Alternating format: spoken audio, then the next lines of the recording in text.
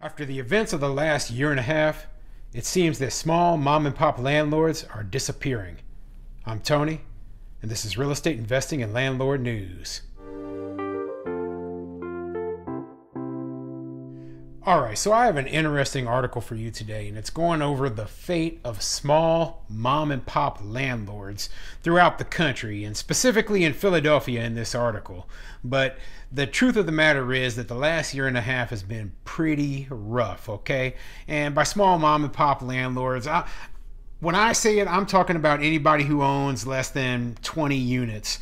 But, you know, a lot of the times for a lot of small mom and pop landlords, you might just own one or two properties, right? And so if you haven't noticed, there are a lot less small mom and pop landlords out there now because they suffered so badly through all of the mess with this eviction moratorium. And, you know, they just didn't want to be in the business anymore. I don't blame them either. I mean, all this crap that went on, I mean, who would want to be a landlord, especially when you're not making a huge sum of money with just, you know, one or two properties?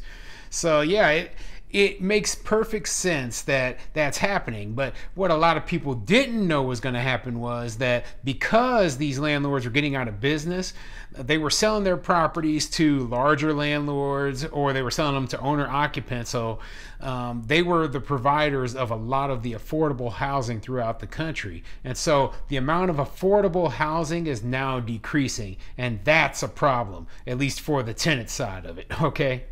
But before I get into the article, go ahead, hit the like and subscribe button, maybe leave a comment down below, and let me know, do you know any landlords who've just completely gotten out of the rental business because of everything that's happened in the last year and a half? I mean, it's absolutely crazy that they expect us to just put up with this stuff and there be no consequences. But this is real life. This is what happens when, you know, governments put these rules and regulations on normal people and they can't afford to deal with it, okay? So in the last year and a half, we've seen lots of small mom and pop landlords who just got completely out of the business. We saw small businesses throughout the country that couldn't survive through lockdowns and all of the restrictions that were put on them. And now we're in a place where, hey, it's only the big players who are left over at this point, okay? Now, all the money they've pumped into the economy and everything, and, you know, it makes it look on paper like, hey, things are going great. But the second that all that money stops flowing, I mean, we're in deep trouble, okay? We are in deep trouble as a country. And we can already see that through all of the inflation and everything that's going on right now. But anyway, let me get into this article. So this article, it's coming from PhiladelphiaWeekly.com, and it says, "The Landlord's Lament. The demise of the small-time landlord hurts affordable housing." Yeah, I've said it in multiple videos, but that's exactly what's going to happen, okay? So let's get into this and see exactly what it says. "The future of renting in Philadelphia will be controlled by big rental. Small-time landlords are disappearing from the city for a variety of reasons. While some may rejoice, the change augurs a future where low to moderate income housing gets scarce and families struggle as corporate policy stays inflexible. Small landlords have been squeezed by higher taxes, more regulations, and the complexity of following every new change to stay compliant. But the pandemic made their problems worse. Many tenants couldn't afford to pay full rent, and the lack of revenue going to the landlord put them in a financial bind. Then, when federal relief did come, it mostly went to large companies. Many landlords didn't qualify for earlier rounds of relief, and when relief finally did arrive, few small landlords were made whole." And yeah, these are the same points that I go over time and time again. The more regulations there are on small landlords, the harder it is for us to just stay in business. We don't have huge staffs of people helping us out. You know, some of us are fortunate enough to have property management companies to take care of a lot of these issues, but some of us aren't, okay? I manage my own properties here in Omaha, but I fortunately have property management company that manages my out-of-state rentals. And if it wasn't for that fact, I mean, I'd be, you know, really struggling to figure out all of the different rules and regulations for the city where it's located. So, I mean, this it a lot harder, okay? And the pandemic, it throws a wrench in there, because then all of a sudden you find that you can't evict these bad tenants. You can't evict people for non-payment. You just have to keep on paying your bills without getting any compensation for it. So yeah, that put a lot of small landlords in a world of hurt. As a result, landlords are deferring maintenance that would keep housing stock viable long term, or selling to get out of the market entirely. A report from Harvard's Joint Center for Housing Studies and Penn's Housing Initiative drives the point home. In 2019, 3.5% of landlords who responded to the survey said they had a rental property listed for sale. By 2020, it had jumped to 21%. Deferred maintenance jumped from 5.4% to 36%. While tenant evictions also went up from 18 to 26%, extensions on rent payments drastically increased from 19% to 69%. These increases don't mean that small-time landlords or larger ones are exiting the market yet, but it does show dissatisfaction and a trend that could be a problem in the near future. Wow, those stats are scary.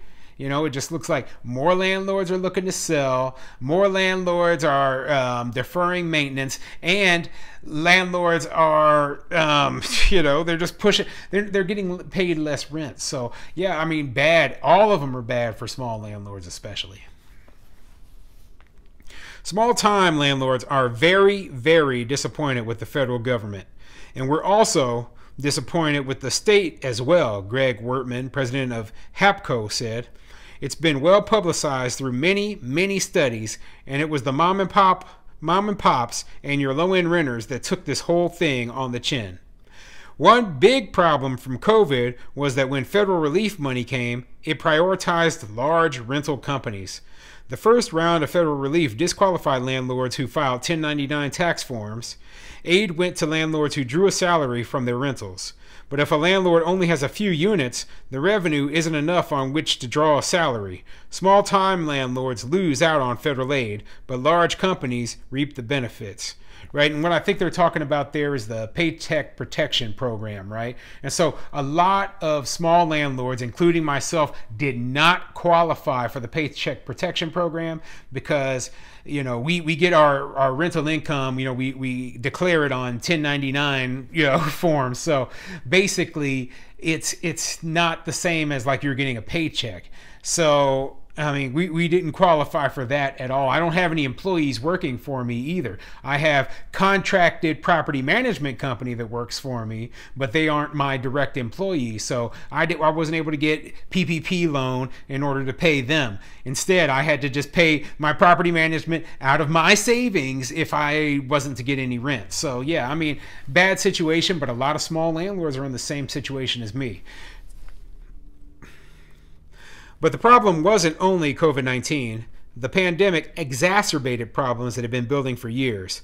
Philadelphia had the luxury of having a bunch of small people, mom and pops. They would scrape together a couple of dollars where they would inherit a property, and they became a landlord, said Jim Sims, a former landlord who sold off his properties a few years ago. Back in 2010, it wasn't very hard to comply. Basically, you just had to get a rental license. But after that, landlords needed more licenses.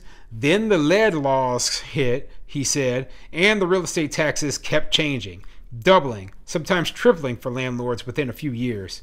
Yeah, what do you think is going to happen when a small landlord suddenly has a doubling or a tripling of their property taxes, okay? Remember that my property taxes are escrowed because they're part of my mortgage payment, right? So if my property tax is doubled, that means that my mortgage payment is going to increase by that amount. So it is completely difficult for landlords to make a profit if suddenly they have to pay an extra $100 a month to cover their higher property taxes when they were only making a couple $100s a month, okay? So you're putting landlords in a very, very bad situation. Then you throw in all these new rules, and what they're trying to do is they're trying to hit the bad landlords with these rules, right? And like I've said before, 99% of landlords, the small ones and the big ones, are good, okay? They fix the problems when they're called. They do everything they're supposed to do. They meet all the regulations, right? And then 1% of landlords are not good, okay? And they're the ones that they're trying to target. But the other 99% have to jump through the same hoops as that 1%. And you know what?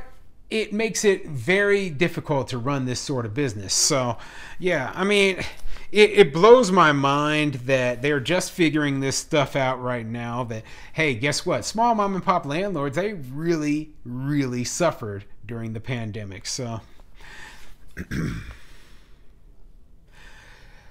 another fee or a new rule or two in isolation aren't too bad. When they happen all together within a short time, though, the cost and difficulty to maintain a rental unit goes up. No one is looking at the complexity of what they've created, Sim said. Basically, the small mom and pop landlords started losing money or just squeaking by. When those units leave the rental market, it's hard to replace them with another small landlord. If you have one unit, you cannot believe the hoops you jump through to stay compliant with city laws, Wortman said. Many people don't bother and prefer to sell a unit rather than renting it. The landlord business was becoming too costly, too unpredictable, and I got out. And that is going to happen to a lot of small people right now, Sim said. Philadelphia is destroying these small guys. And it's not just Philadelphia, okay? This is exactly what's happening all over the country. Now, it might be worse in very tenant-friendly places, East Coast, big city like Philadelphia or New York or in California, right? But they've passed all sorts of ridiculous, tenant-friendly, anti-landlord laws, even here in Nebraska and specifically in Omaha. And, every little thing that you add on to a small landlord just makes you not even want to be in the business anymore. I remember they were talking for a while here about doing mandatory property inspections, and they were going to, of course, charge us for it, and we had to allow them into the units, and it became very burdensome because, think about it. I am the small landlord. I have 4 single-family homes here in Omaha, and each one of them would have to be inspected. Each one of them I'm going to have to pay an inspection fee on and register it every year and do all this mess, right? I got to take time off of work so the inspector can come walk through it and notify the tenant, make sure the tenant and me, it's a lot of work for something that when I know that I keep my properties in good shape and the tenant already has recourse in the fact that they can, if there is a problem with it, they can just report me to the code inspectors if there's a problem. So there's no reason for them to come by once a year and check if the tenant already has the ability to report any true issues that I wouldn't fix.